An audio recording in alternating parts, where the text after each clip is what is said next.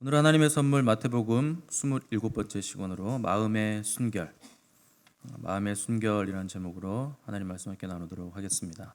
지난주에 우리가 살인하지 말라라는 주님의 가르침을 살폈는데 사람을 죽이는 것만이 살인이 아니라 분노와 멸시와 상대를 향한 욕설도 살인과 같은 것임을 주님이 말씀하심으로써 이 살인은 단순히 행위의 문제가 아니라 마음의 문제다, 중심의 문제다 하는 것을 우리가 확인을 했습니다. 보이는 것은 보이지 않는 것, 나타난 것은 나타나지 않는 것으로 말미암았다 하는 것이고, 사람도 마찬가지여서 이 겉으로 드러난 행동은 보이지 않는 그의 마음으로부터 나오는 것이라 하는 것을 주님께서 말씀하신 겁니다. 그래서 우리가 인간 행동을 잘 이해하지 못하는 이유가 뭐냐면 보이는 행동만을 보고서 판단하기 때문에, 그 보이는 것만 보고 해결하려고 하기 때문에 우리가 아무것도 단 1%도 해결이 되지 않는 겁니다.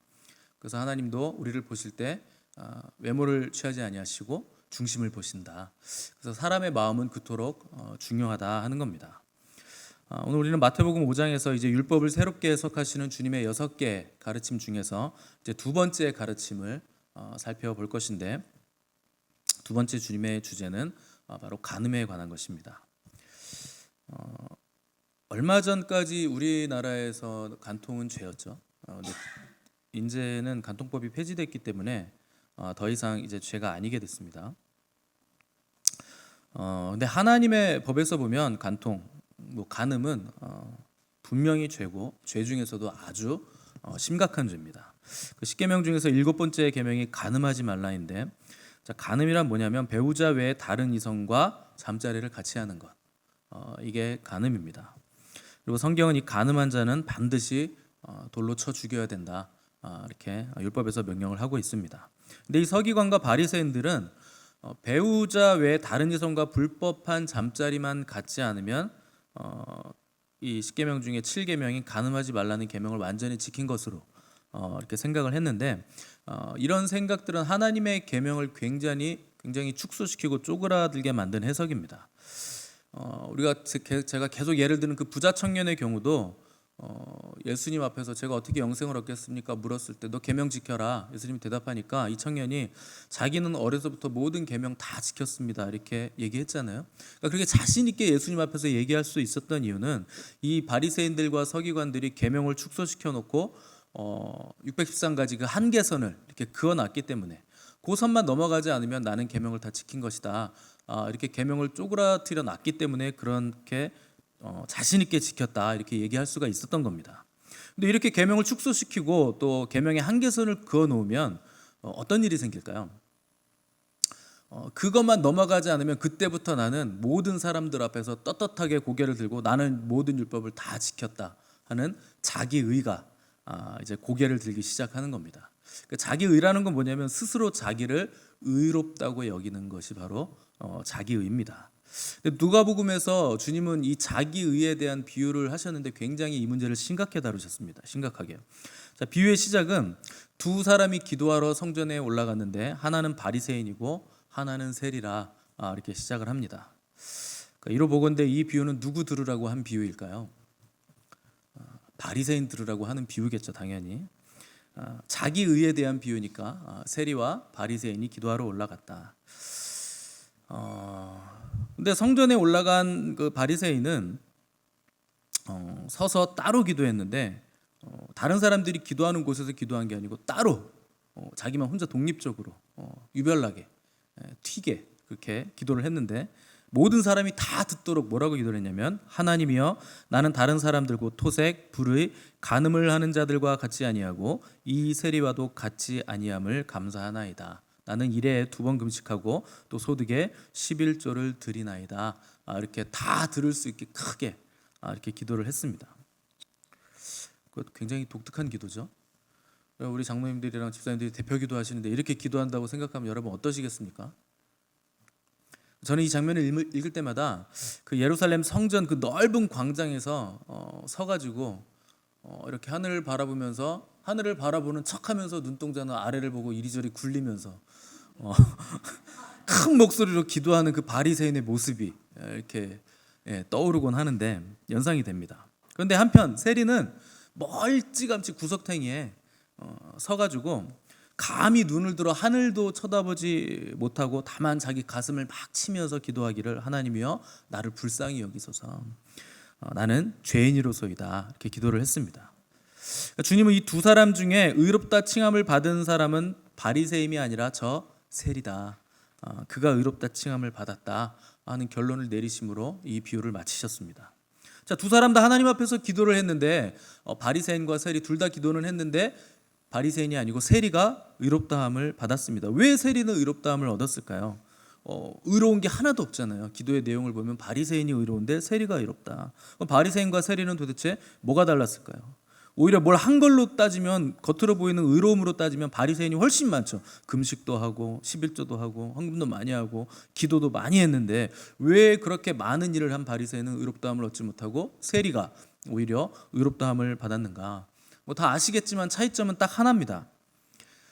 자기를 볼 때 자기 의를 보고 있는가, 자기 죄를 보고 있는가, 이것으로 갈라지는 겁니다. 세리는요, 하나님 앞에서 자기의 죄를 보고 나는 죄인임을 인정하는 거예요. 그런데 바리새인은 내 죄를 보는 게 아니고 다른 사람의 죄를 보는 겁니다. 다른 사람의 죄를 보고 그게 죄라고 정죄하고 이 정죄의 손가락을 내밀면서 나는 저 세리와 같지 않다 하면서 자기의 의를 상대적으로 내가 안정감을 느끼려는 시도를 계속하기 때문에 주님은 바리새인이 아니라 세리가 의롭다, 이렇게 평가를 내리신 겁니다. 구원의 출발점은요, 나의 의에서 시작하는 것이 아니고 나의 죄에서부터 시작하는 겁니다. 죄의 심각성을 아는 게 구원의 시작이에요. 왜냐하면 모든 죄는 예수 그리스도께서 십자가에서 죽으셨어야만 하는 심각성을 다 가지고 있는 죄이기 때문에. 여러분, 예수님께서 이 땅에 오신 이유가 뭘까요? 우리를 편하게 해주시려고? 잘 먹고 잘 살게 해주시려고요? 물질을 위해서? 명예를 위해서? 아니면 정치적인 문제 때문에 주님이 오셨습니까? 아닙니다. 그분은 저와 여러분의 죄 때문에 오신 거예요.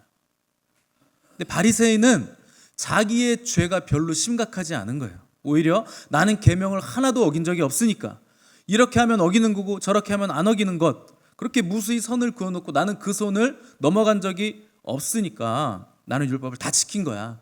나는 사람 죽인 적이 없으니까 나는 살인하지 말라는 계명을 잘 지키고 있는 것이고, 나는 내 아내 외에 다른 여자와 잠자리를 가진 적이 없으니까 나는 간음하지 말라는 계명도 잘 지키고 있는 거야. 그러니 나는 죄가 없고 내가 살아가는 방법이 옳고 나의 삶은 의로운 삶이다, 이렇게 믿고 있었는데 주님은 뭐라고 얘기하시냐면 너희들은 첫 단추부터 지금 잘못 끼웠다.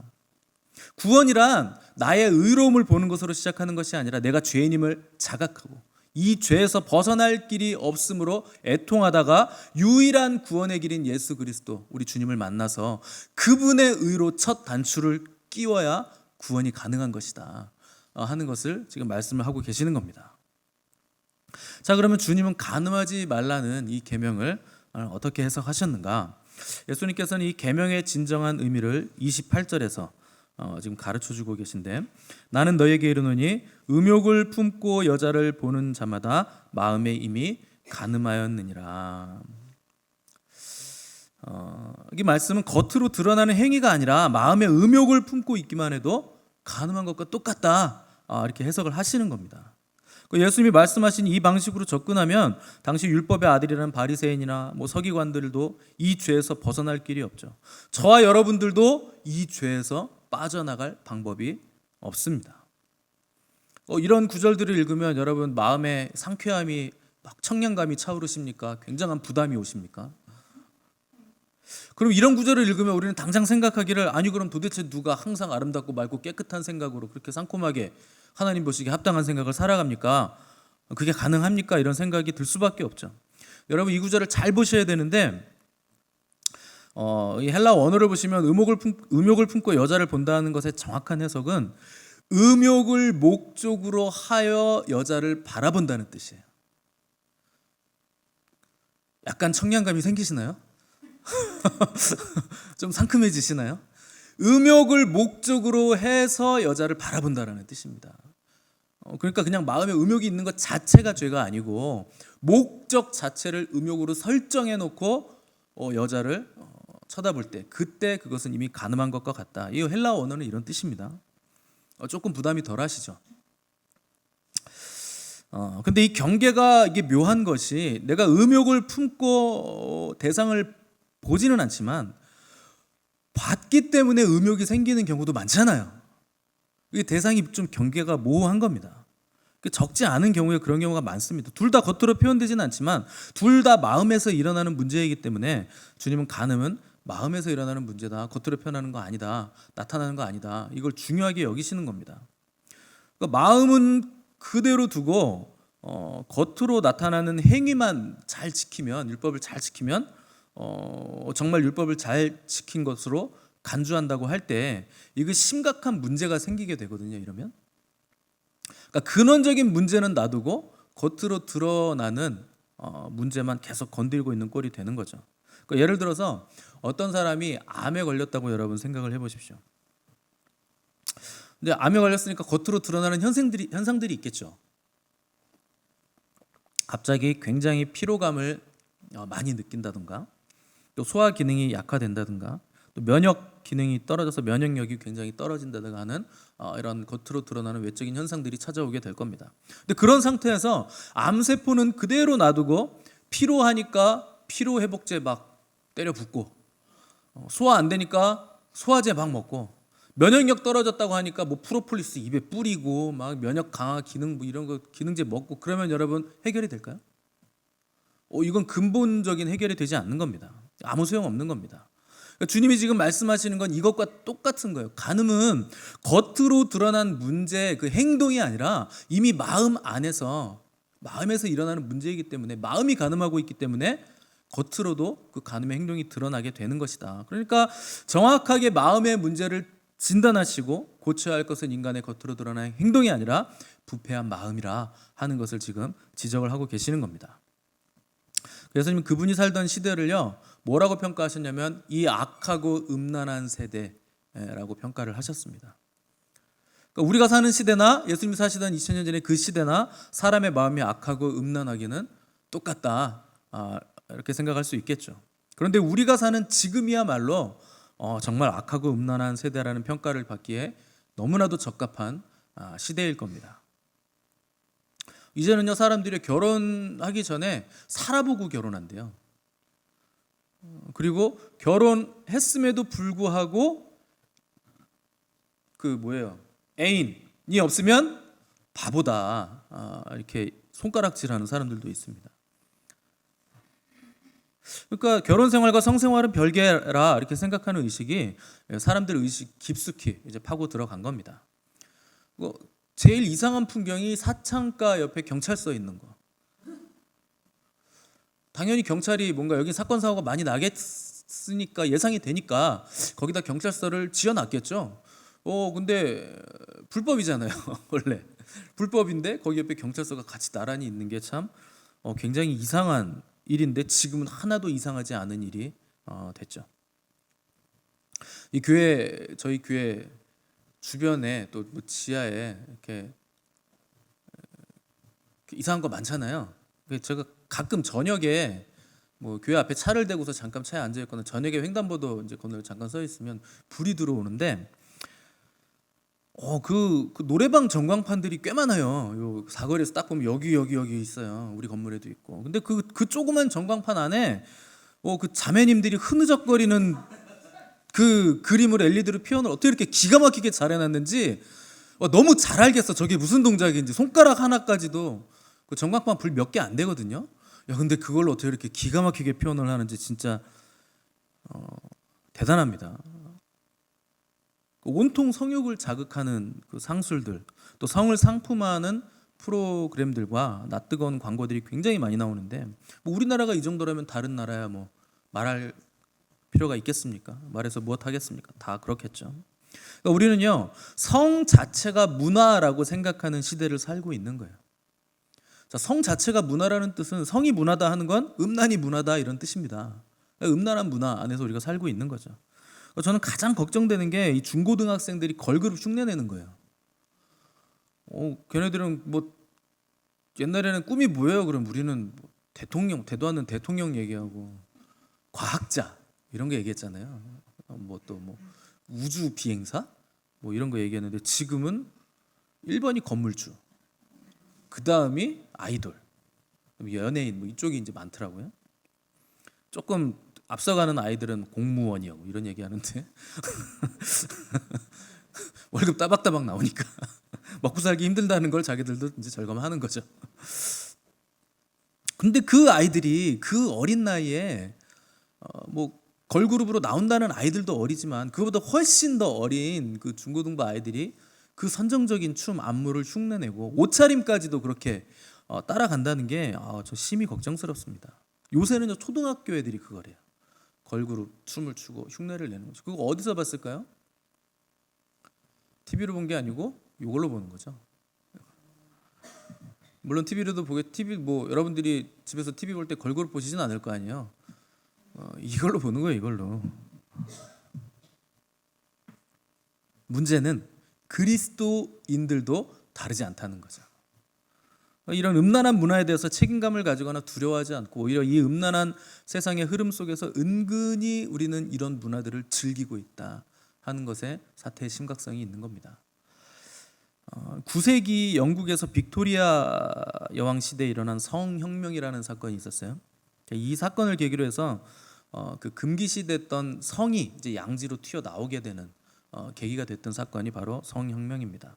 이때가 산업혁명이 일어난 시대였기 때문에 그 산업 발전이 영국에서 이제 그 발전이 절정에 이르렀던 시기였는데, 근데 빅토리아 여왕이 즉위하면서 이분이 금욕주의적인 흐름을 굉장히 강하게 가지고 갑니다. 그러니까 금욕주의적인 흐름을 공식적으로 자기의 정치 기조로 채택하니까 성이 음지로 내려갔겠죠. 근데 아이러니하게도 200만 명이 살고 있던 당시 런던에 매춘부가 8만 명이 있었어요. 런던이라는 도시 안에만. 전체 인구가 200만이에요. 그러면 노인 빼고 아이들 빼고 여자 빼면 이 매춘부를 가는 사람들이 몇 명이나 되겠습니까? 실제 인구는 100만 명도 안 되겠죠. 뭐 한 50만 명 될까요? 근데 그 중에 8만 명이 매춘부라는 거 한 7, 8명 가운데 한 명꼴로 매춘부가 그 정도로 많았다. 이때 성병이 만연하게 되고요. 양지로 못 나오는 억제 때문에 이 성상품화가 음지에서 굉장히 활성화되면서 결국 이게 폭발하게 된 것이 성혁명이라 불리는 1차 성혁명입니다. 자, 이때 문란한 이 성문화로 인해서 수많은 사생아들이 태어나는 비참한 일들이 발생을 하게 됩니다. 자, 이때부터 퍼지기 시작한 문화가 영국과 서유럽의 게이 문화가 이제 퍼지기 시작합니다. 남자가 남자를 상대로 성행위를 하는 거. 자, 그러다 1929년에 이제 경제 대공황이 오게 되면서 경제가 나락으로 떨어지니까 이 1차 성혁명이 막을 내리게 되죠. 그 뒤에 이제 2차 세계 대전이 발발하게 되면서 이 전통적인 사회 문화 체제에 저항하는 문화가 이제 생겨나게 됩니다.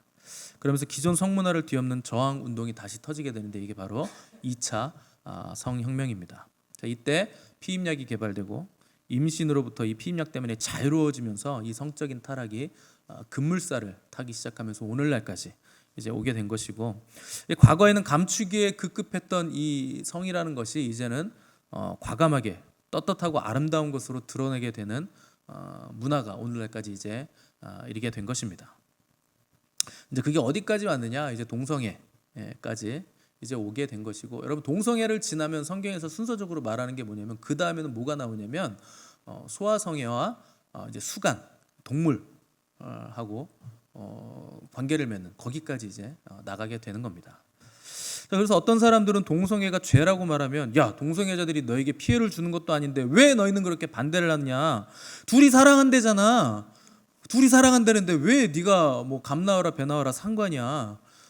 사랑은 좋은 건데 냅둬 사랑하게. 쟤네 그냥 사랑하게 해주세요. 왜 네가 난리냐 이렇게 묻습니다.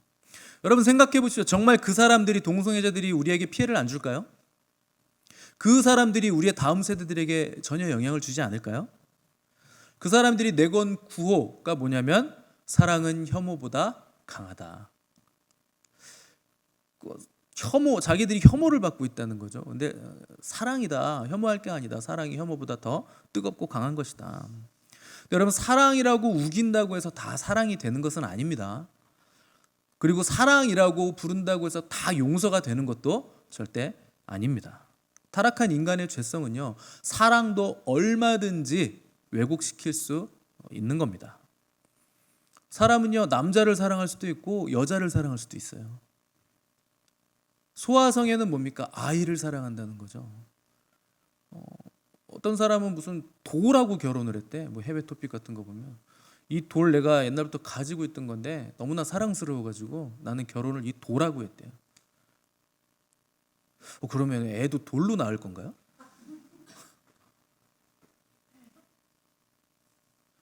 동물도 사랑할 수 있고 돌도 사랑할 수 있어요. 사랑이라는 이름 갖다 붙이면 심지어 마귀도 사랑할 수 있어요. 여러분, 지구상에 마귀를 사랑하는 사탄 추종자, 사탄교 사람들이 얼마나 많은지 아세요? 상상할 수 없을 정도로 많습니다. 교회는요, 동성애 자들을 미워하는 것이 아니고 동성애 자체를 미워하는 거예요. 예수님은 동성애자를 사랑하십니다. 그분의 목숨을 내어주시기까지 동성애자들을 사랑하세요. 그래서 그분은 동성애를 그토록 혐오하시고 미워하십니다. 왜냐하면 동성애가 그토록 아름다운 그분이 사랑하시는 그 사람들의 삶을 파괴하고 있기 때문에, 그들의 삶을 완전히 만신창이로 만들어가고 있기 때문에 예수님은 동성애 자체를 미워하시는 거예요. 성경은 남녀의 결혼 관계 밖에서 일어나는 모든 성적인 결합을 엄격히 금합니다. 그래서 오늘 본문에서 예수님은 마음으로 품는 음욕이라도 모두 간음이다 라고 규정하고 계심을 볼 때 이것이 얼마나 간음이 파괴적인 범죄인지, 또 남녀의 결혼관계 밖에서 일어나는 모든 성적 결합에 대해서 주님이 얼마나 엄격하고 심각하게 여기시고 있는지 우리가 인지를 할 수 있어야 된다는 겁니다. 우리 여기 주보 껴놓으시고 고린도전서 6장을 한번 넘어가 보겠습니다.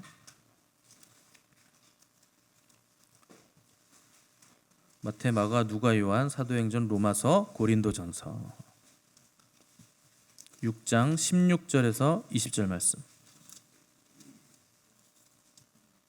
신약성경 268면입니다. 고린도전서 6장 16절에서 20절.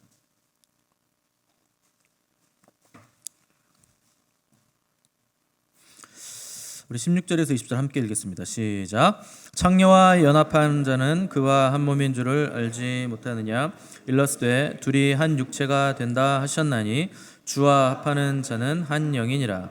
음행을 피하라. 사람이 범하는 죄마다 몸 밖에 있거니와 음행하는 자는 자기 몸에 죄를 범하느니라. 너희 몸은 너희가 하나님께로부터 받은 바 너희 가운데 계신 성령의 전인 줄을 알지 못하느냐? 너희는 너희 자신의 것이 아니라 값으로 산 것이 되었으니 그런즉 너희 몸으로 하나님께 영광을 돌리라. 아멘. 자, 창세기 2장 24절에 보시면 하나님이 결혼 제도를 친히 제정하시면서 남자와 여자가 결혼 제도를 통해서 한 몸을 이룰 것이다, 이렇게 말씀을 하셨는데, 신약 성경에서도 예수님도 이 창세기 말씀을 그대로 인용하시면서 그러므로 사람이 부모를 떠나 아내에게 연합하여 둘이 한 몸이 될지라, 이렇게 말씀을 하셨습니다. 그러니까 이거는요, 하나님께서 정하신 법칙이에요. 인간이 만든 법칙이 아니고 하나님께서 친히 제정하신 법칙입니다. 근데 그 결혼제도 밖에서도 이런 일들이 일어나요. 왜냐하면 하나님이 정하신 법칙이기 때문에. 그래서 오늘 그 고린도전서 6장 16절 보시면 창녀와 합하는 자는 그와 한 몸인 줄을 알지 못하느냐? 일러스되 둘이 한 육체가 된다 하셨나니. 그러니까 하나님께서 남자가 부모를 떠나 여자와 둘이 한 몸을 이뤄라 하는 것은 뭐를 매개체로 한 몸을 이루는 거냐면 성적인 결합을 통해서 둘이 한 몸이 된다, 이렇게 말씀을 하신 거예요. 그런데 이건 결혼제도 안에서 그렇게 일어나지만 결혼제도 밖에서도 성적인 결합을 하면 이 일이 일어난다는 겁니다. 둘이 한 몸이 되는 거예요.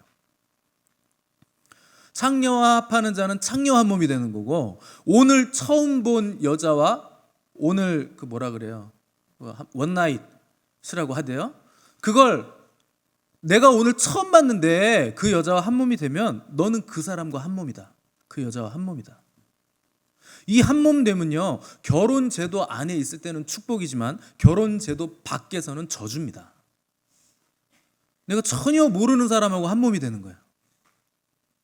여러분, 몸이라고 하니까 그냥 육체가 하나가 된다라고 생각을 하실 수 있는데, 몸이 아니라 몸과 영과 정신적인 게 다 하나가 되는 거예요. 그래서 둘이 하나로 돼서 연합이 되는 겁니다. 마치 종이 두 장을 풀을 발라가지고 두 장을 붙여놓는 것과 같은 거예요. 두 장의 종이였는데 풀을 발라서 딱 맞춰서 붙여놓으니까 이건 한 장이잖아요. 그렇게 둘이 연합이 되는 거죠. 근데 여러분, 붙였던 종이를 떼려고 하면 어떻게 될까요? 붙인 종이 두 장을 풀로 붙였는데 이게 띄어집니까? 띄어지긴 띄어지겠죠. 근데 온전하게는 못 돼요. 걸레가 됩니다. 이게 너덜너덜해지는 거예요. 여러분, 성적인 연합이란 이런 겁니다. 두 장의 종이가 한 장의 종이로 붙는 거예요. 그런데 이 사람 만나고 저 사람 만나는 사람들은요, 붙었다 떨어졌다 붙었다 떨어졌다 붙었다 떨어졌다 하는 거예요. 그럼 종이가 어떻게 될까요? 걸레가 되시오. 그냥 만신창이 되는 거예요. 너덜너덜해지는 거예요. 내 거를 자꾸 다른 사람에게 주었다, 조금 조각 가져왔다, 그걸 또 붙었다, 또 쫙 가져왔다, 다른 사람 거 가져왔다, 내 거, 이게요 굉장히 문란하게 되면서 결국엔 내가 누구인지 나도 모르게 되는 겁니다. 그리고 그 공허함과 허무함 때문에 또 다른 연합의 대상을 찾아다니게 됐어요. 왜요?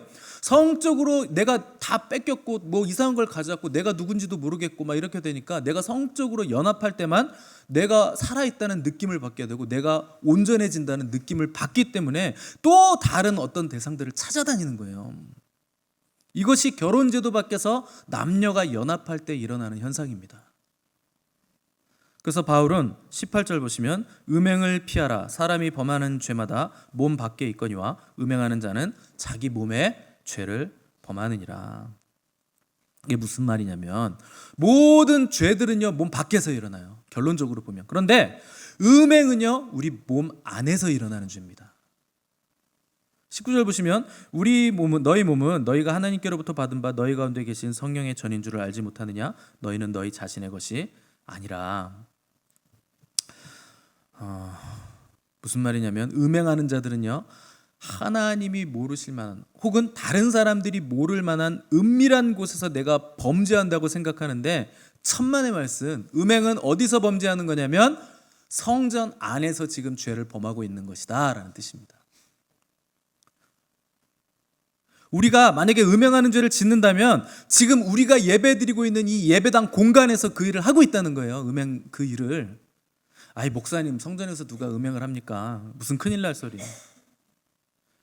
근데 예수님은요 생각만 해도 이미 음행한 것과 같다. 그런데 음행은 밖에서 짓는 죄가 아니고 너희 안에서 짓는 죄인데 너희 몸은 성전이다.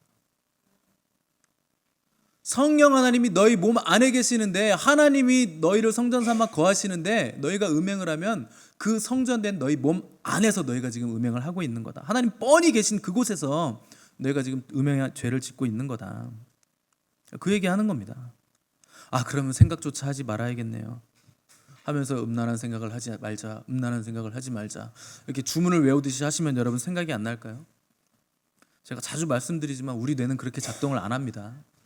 단어 하나에만 집중하지 하지 말자 하자 이거는 몰라요. 뇌는 바보라서.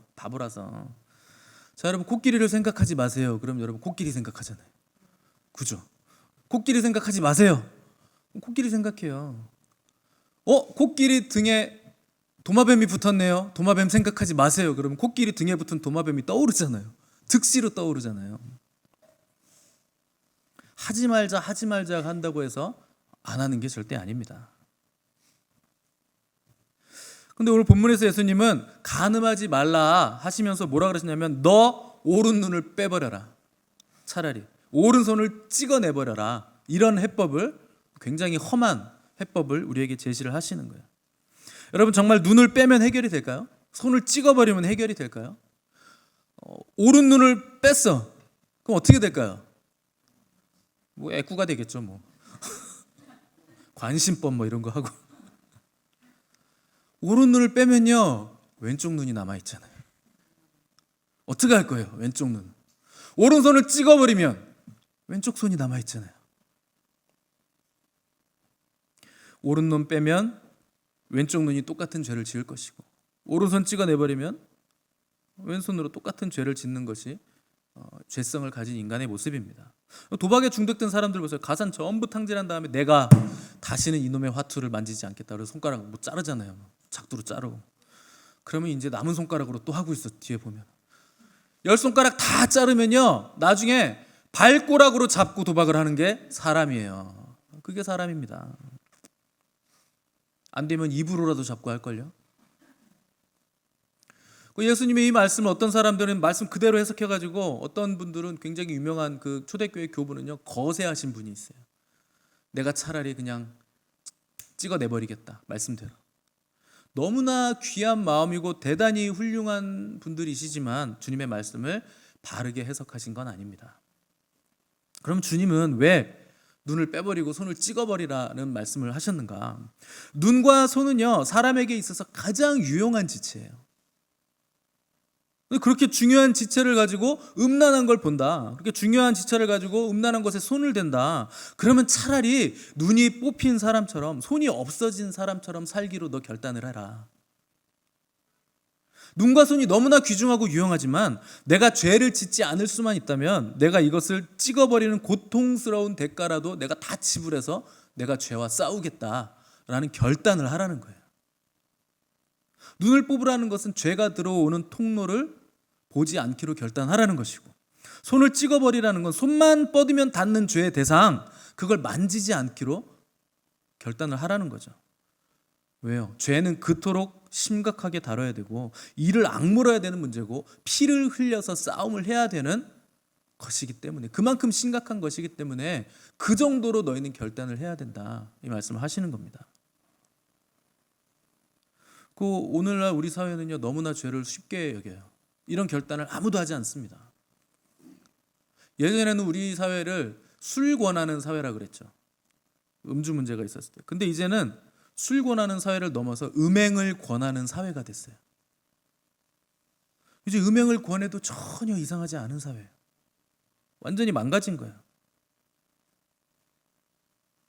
아침 드라마부터 유머 코드까지 온갖 음란으로 도배된 시대가 우리 시대입니다. 제가 어제 머리를 깎으러 갔거든요. 거기서 누가 뭐 음악 프로그램 같은 걸 계속 틀어놓고 핸드폰으로 하는데 제가 이렇게 눈을 감고 주님하고 연결을 내가 끊지 않으려고 있었는데 자꾸 들리잖아요. 가수들이 3명이 노래를 하는데 여자 가수가 먼저 노래를 하고 듀엣곡인가 봐요. 노래를 하고 중간에 남자 가수가 하나 나왔어요. 그러니까 서로 사랑하는 내용의 노래를 하는데 갑자기 한 남자 가수가 또 나오더니 그 남자를 밀치고 그 여자를 향해서 같이 노래를 또 부르니까 둘이 이제 삼각관계인가 봐요. 근데 결론은 어떻게 끝나는 줄 아세요? 남자와 남자가 사랑하는, 실제는 남자와 남자가 서로 사랑하고 있었다는 거로 끝났어요. 어린 아이들도 누구나 볼 수 있는 음악 프로그램이에요. 뭐 그냥 가수들이 그냥 그런 퍼포먼스를 하면서 노래를 하는 거예요.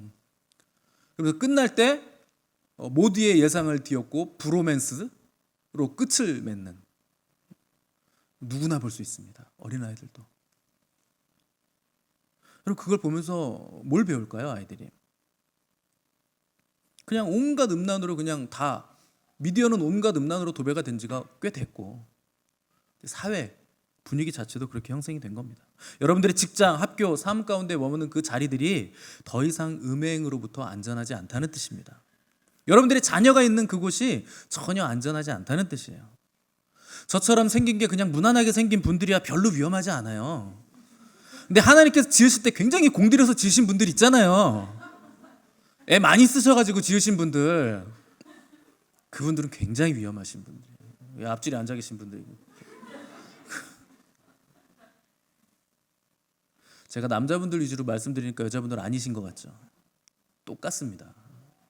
지금 여자들이 더 해요. 어떻게 그 20대 청순한 그 이대단위 여대생들이 지하철에서 무슨 얘기하고 있는지 들어보면 지난밤에 본 음란 동영상 얘기를 하고 있어요.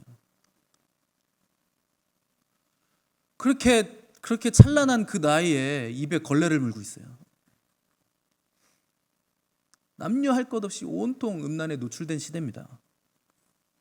사도 바울은 로마서에서 너희 몸을 하나님이 기뻐하시는 거룩한 산 제사로 드리라 했고, 너희 지체를 의의 병기로 하나님께 드리라, 이렇게 명령을 하고 있습니다.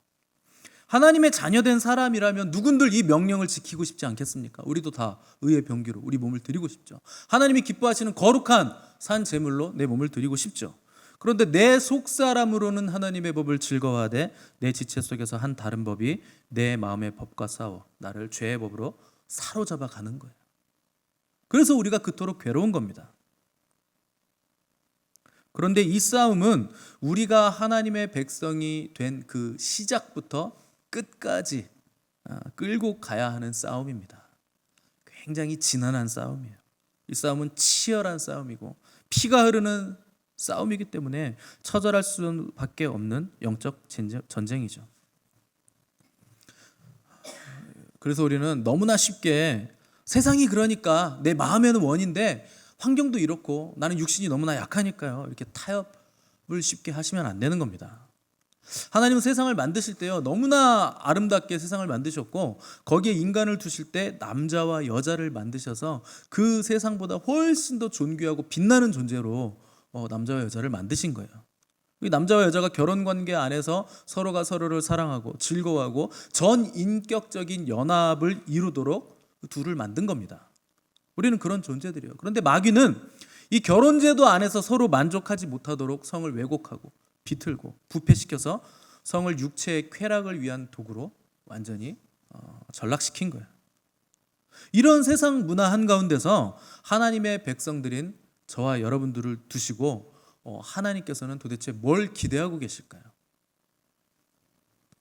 이스라엘 백성이 가나안 땅을 이제 정복해 들어가는데 이스라엘 빼고는요, 주변 모든 가나안의 국가들은 전부 다 다신론인 국가예요. 우상 숭배하는 국가.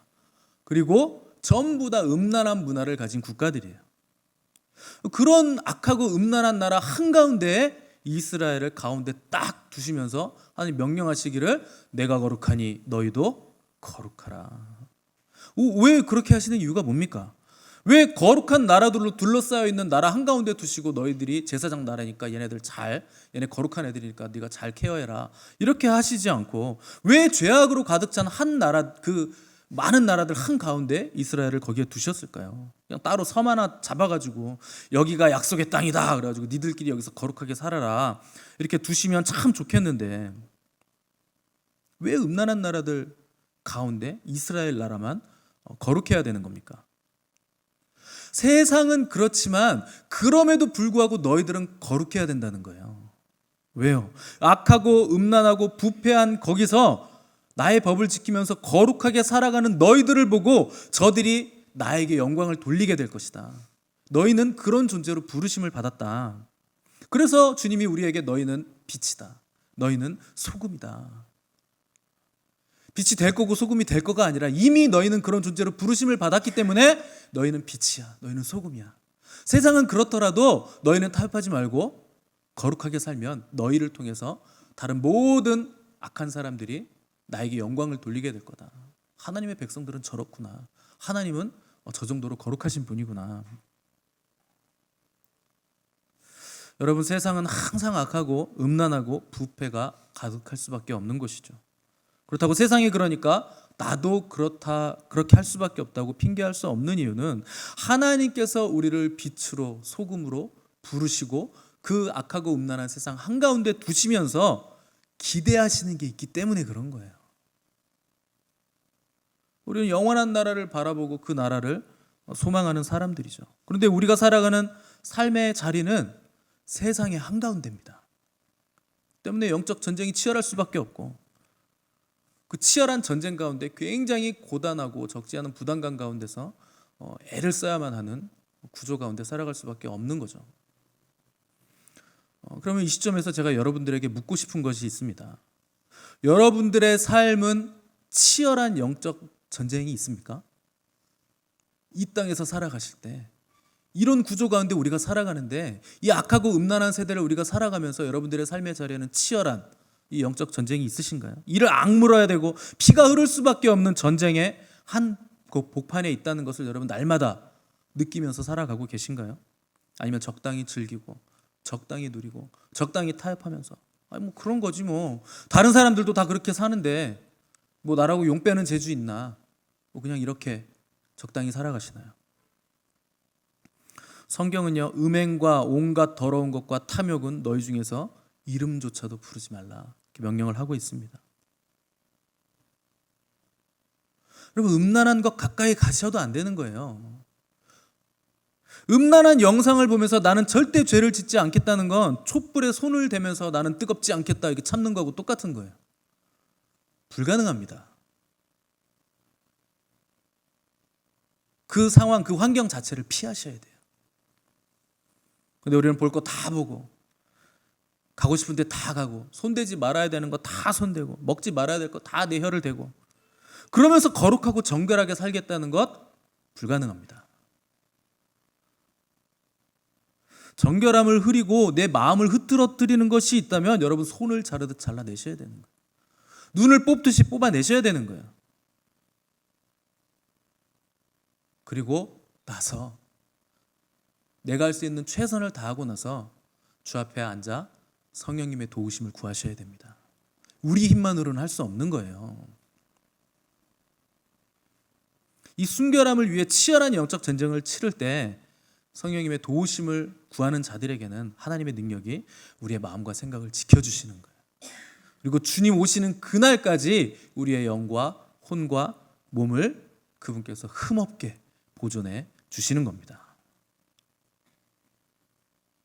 여러분, 치열한 영적 전쟁으로 뛰어드시기 바랍니다. 피를 흘리시기 바랍니다.